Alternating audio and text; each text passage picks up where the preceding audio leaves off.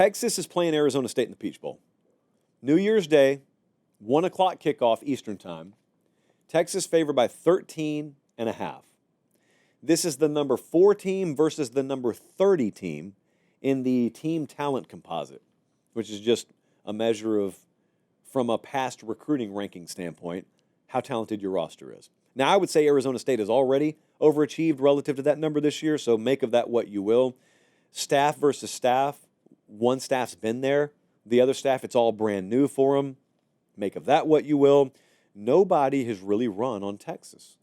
Texas has the number 10 run defense in the country, and Cam Scadaboo, as much as no one's run on Texas, no one has stopped him.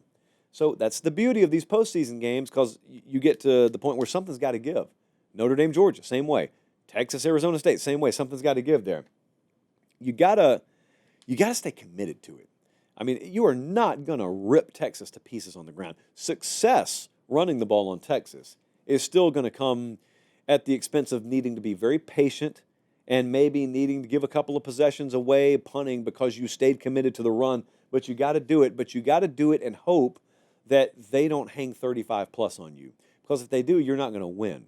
If they do to you what they did to Clemson, you're not going to win. Arizona State, I think they need to have an off day from a Texas offensive standpoint, which has happened to Texas many times this year.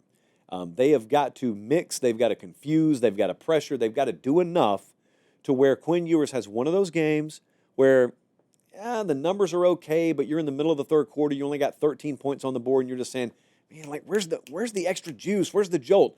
You get them in that quicksand, and you could have some things go your way. Problem is Arizona State is 70th in pass defense. So the plays should be there. They should be there. But they are top 30 run D. Again, personnel-wise, Texas should be able to call their shot here. They should be able to. They should have been able to against Arkansas. They didn't. They should have been able to. I'm not going to say that about A&M. A&M's a good team. But you saw those games. Texas wins, full credit for it, but they don't run away. 17 points, 20 points. Can Arizona State play that kind of game? Sam Leavitt needs a big game, man. Quarterback there for Arizona State. He needs to play the game of his life here. You need some Texas mistakes. There's a gap between these two teams. It's not insurmountable, but there is a gap between these two teams. And as you'll continue to notice, if they're playing in week 4, it's kind of an anything can happen sort of vibe. But in college football, once you get to the postseason, teams largely play up to their potential. I mean, to varying degrees.